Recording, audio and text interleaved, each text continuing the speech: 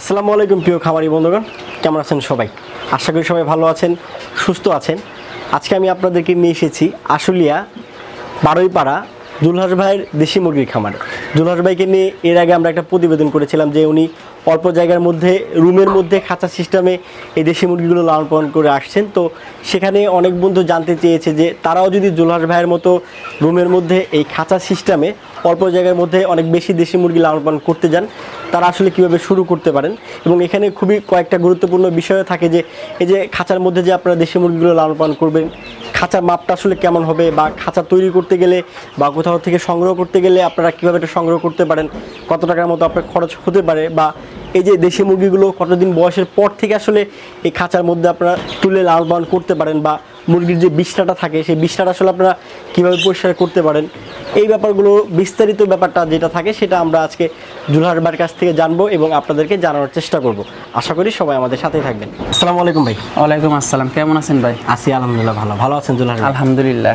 দুলহাস ভাই, এই যে এর আগে আপনাকে নিয়ে আমরা একটা প্রতিবেদন করলাম যে আপনি রুমের মধ্যে অল্প জায়গার মধ্যে খাঁচা সিস্টেমে দেশি মুরগি লালন পালন করে আসতেছেন এবং বেশ সফলতাও পেয়েছেন। জি। তো আপনার মতো যদি কোনো উদ্যোক্তা এই অল্প জায়গার মধ্যে খাঁচা সিস্টেমে দেশি মুরগি লালন পালন করতে যায়, তারা আসলে এটা কীভাবে শুরু করতে পারে? আসলে আমি খাঁচাটা সংগ্রহ করছি যেহেতু দেশি মুরগি আমি পালবো, এই নিয়তে। দেশি মুরগিটা পাললে দেখা যায় আমার জায়গা কম হলে কচু, দেশি মুরগি ডিম পাড়ার পর একটা কচু আসে, কচু ভাবটা সরানোর জন্য আমি আসলে খাঁচাটা সংগ্রহ করছি। খাঁচাটা সংগ্রহ করে দেখলাম যে না, আমার জায়গা কম, মুরগি আছে, তাহলে আমি কিছু খাঁচায় উঠে দেখতে পারি যে হয় কিনা।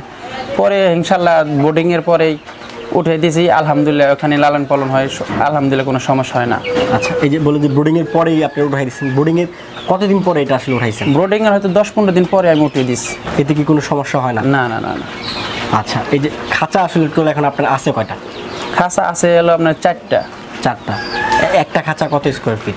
একটা হলো খাঁচা হলো লম্বা হলো 4 ফুট, হ্যাঁ, আর পাশে হলো 1.5 ফুট এক একটা। আচ্ছা, এটা কি একটার উপরে আরেকটা রাখছেন? জি, আরেকটা রেখে পুরো 9 ফুট, মানে লম্বা 9 ফুট হয়েছে। আচ্ছা, মানে একটা খাঁচা 4.5 ফুট। জি। এবং পাশে হচ্ছে প্রায় 2 ফিটের মতো। 2 ফিট।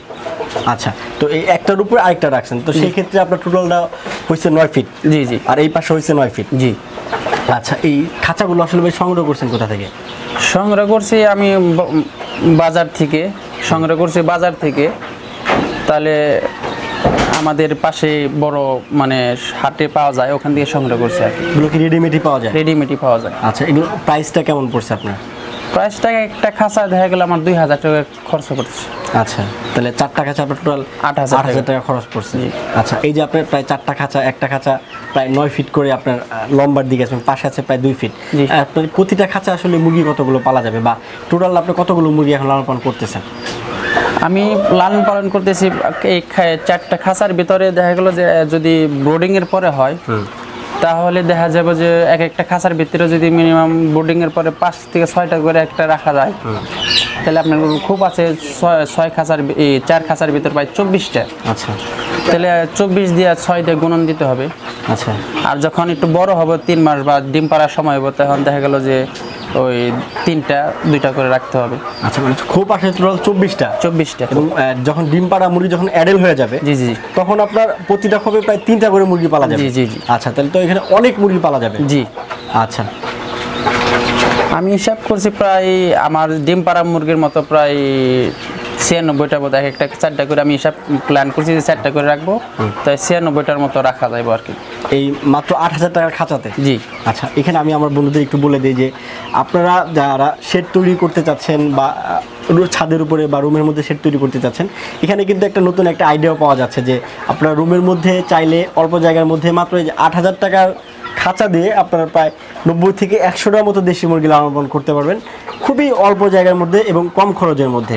আচ্ছা দুলহাস ভাই, এই যে আপনি মুরগি লালন পালন করছেন খাঁচার মধ্যে, এদের তো একটা খাবারের ব্যবস্থাপনা থাকে। আপনি আসলে খাবারটা কিভাবে দেন?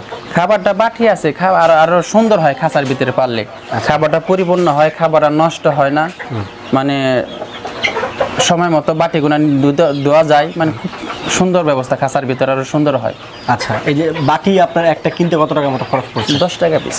10 টাকা পিস। কতগুলো বাটি দিয়ে রাখছেন? একটা খাঁচার জন্য 2টা করে দিছি। 2টা করে দিছি, একটা পানি আর একটা খাবার। আচ্ছা, তো খাঁচাও তো খুব মানে বাটিটাও তো আপনার খুবই অল্প টাকার মধ্যে, জি। মাত্র 10 টাকার মধ্যে পাচ্ছেন জি, আপনি। জি। আচ্ছা, এই যে দুলাল ভাই আপনি মুরগি যখন এইটার মধ্যে লালন পালন করেন তখন তো মুরগি একটা বিষ্ঠা থাকে, জি। বিষ্ঠাটা আসলে কিভাবে পরিষ্কার করেন? বীজটা আমার ট্রে আছে, ট্রেটা দেওয়ার আগে কিছুদিন পরে যখন বীজটা বেশি হয়ে যায় তখন আমি ব্রাশ দিয়ে বাইরে ব্রাশ দিয়ে পরিষ্কার করে আবার ঢুকিয়ে দিই। বা অনেক সময় আমি যে মানে বীজটা বেশি নোংরা হয়ে গেছে তখন আমি ওটা দিয়ে দিই, আচ্ছা দিয়ে আবার নতুন করে ওটা ঢুকিয়ে দিই। আচ্ছা, এই যে আপনি এই ট্রেগুলো আসলে কোথা থেকে সংগ্রহ করছেন? ট্রেগুনা খাঁচার সাথেই পাওয়া যায়। আচ্ছা, এটা কি ওই যে খাঁচার সাথে যখন আপনি কিনে নিয়ে আসছেন তখনই দিয়ে দিছে, জি জি। নাকি আলাদাভাবে কিনে না নিয়ে না আসছেন? না, ট্রেটা ওই খাঁচার সাথে সংগ্রহ করা। আচ্ছা, এই যে 2000 টাকা করে কিনছেন, এটা কি যে ট্রে সহ 2000 ট্রে টাকা? ট্রে সহ, শুধু খাবারের বাটিটা আমার আলাদা কিনতে হয়েছে। আচ্ছা, এই যে দুলাল ভাই আপনি খাঁচার মধ্যে দেশি মুরগি লালন পালন করতেছেন, আসলে খাঁচার মধ্যে দেশি মুরগি লালন পালন করলে মুরগির পায়ে আসলে কোনো ধরনের সমস্যা হয় কিনা? না, আসলে এরকম কোনো সমস্যা হয় না। যখন আমি বোর্ডিং এর পর উঠে দিয়েছি তখন আপাতত ছোট বাচ্চা তো আপাতত ওই খাঁচার ভিতরে একটা বস্তা জাতীয় বিছিয়ে দিয়েছি, আচ্ছা জানি ওদের যে এইটা বীজটা পরে ওটা আমি প্রতিদিন একবার করে মানে পরিষ্কার করে দিছি। তারপর গেলে দেখা যায় 25 দিন বা 30 দিন হলে ওটা আমি আর প্রয়োজন হয় না, ওরা খাঁচার উপরে দাঁড়িয়ে থাকতে পারে, কোনো সমস্যা হয় না। 20-25 দিন হইলে এমনিতে দাঁড়ায় থাকতে এমনি পারে? দাঁড়িয়ে থাকতে পারে। সেক্ষেত্রে কি পায়ে কোনো ধরনের সমস্যা না হয় না না, ওরা চলাচল করতে পারে, তখন ওদের অভ্যাস হয়ে যায়। দুলাল ভাই আপনি তো কিছু মুরগি ফ্লোরে লালন পালন করতেছেন এবং কিছু মুরগি আপনি খাঁচার মধ্যে লালন পালন করতেছেন, এখানে আসলে আপনার সুবিধাটা বেশি কোথায় হচ্ছে, খাঁচায় নাকি ফ্লোরে? খাঁচার ভিতরে সুবিধা হচ্ছে, কারণ খাঁচার ভিতরে আপনার ফ্লোরে আমার ওই যে তুষটা বিছাইতে হয় বা কাঠের গোড়াটা বিছাতে হয়, ওটা বিছাতে হয় না। প্লাস দেখা গেল এক মুরগি আরেক মুরগি ঠুকরা ঠুকরি করে না, এর থেকে অনেক সেফ, ঠোঁট কাটতে হবে না। খাঁচার ভিতরে পারলে ঠোঁট কাটতে হয় না, আর ফ্লোরে থাকলে হলো দেখা গেল ঠুকরা ঠুকরি করে ঠোঁট কাটতে হয়। আবার দ্বিতীয় কথা হলো আমি কোন সময় মনে করেন পায়খানাটা চিহ্নিত করে কি কোনো সমস্যা হয়েছে কিনা, ঠান্ডা লাগছে কিনা, তার ওই ট্রিটমেন্টটা দেওয়া যায়। আচ্ছা, আর ফ্লোরে থাকলে দেখা গেলো যে ওই তুষের ভিতরে থাকলে পায়খানাটা ঠিক মতো চেনা যায় না, কোন সমস্যা হয়েছে, কোনটা মানে বুঝতে বড় সময় লাগে। তারপরে হলো দেখা গেলো যে খাঁচার ভিতরে থাকলে আপনার ভ্যাকসিন করতে সুবিধা হয়, আচ্ছা ভ্যাকসিন ধরতে কোনটা করছি বা কোনটা করি নাই ধরতে দিতে সুবিধা হয়। খাঁচার ভিতরে আমি ফ্লোরের চেয়ে খাঁচার ভিতরে সুবিধাটা বেশি মনে করি।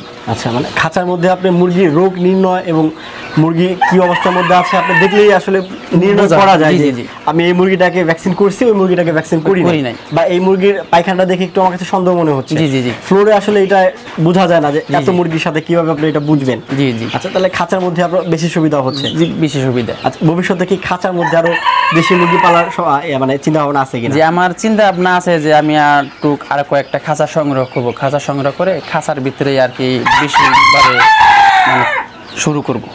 আচ্ছা, আর দুলাল ভাই যে খাঁচার মধ্যে তো আপনার রুমের মধ্যে লালন পালন করতেছেন, কেউ যদি বারান্দায় বা ছাদের মধ্যে খাঁচা সিস্টেমে দেশি মুরগি লালন পালন করতে যায় তাদেরকে আসলে কোনো ধরনের সমস্যা হতে পারে কিনা?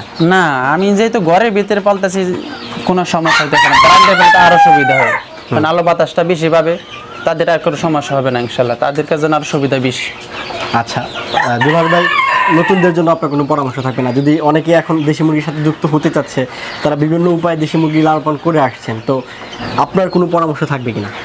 তাদেরকে আমি পরামর্শ দেবো যাদের জায়গা নেই তারা খাঁচাটা সংগ্রহ করতে পারে। যদি খাঁচাটা অ্যাভেলেবেল আপনার পাওয়া যাবে মিরপুর ওইদিকে বেশি, আচ্ছা, বা বড় বড় হাট বাজারে খাঁচাগুনা পাওয়া যায়, খাঁচার ভিতরে পালতে পারেন, 15-20টা দিয়ে আপাতত শুরু করতে পারেন। মনে করি যে যার জায়গা কম সেইটা শুরু করলে তার জন্য মানে ভালো হবে। আচ্ছা, ঠিক আছে দুলাল ভাই, আপনি ভালো থাকবেন। আপনার কাছ থেকে আমরা আজকে অনেক গুরুত্বপূর্ণ বিষয় জানলাম এবং আমার বন্ধুরা নিশ্চয়ই এখান থেকে তাদেরও উপকার হবে। ভালো থাকবেন ভাই, আসসালামু আলাইকুম। ওয়ালাইকুম আসসালাম।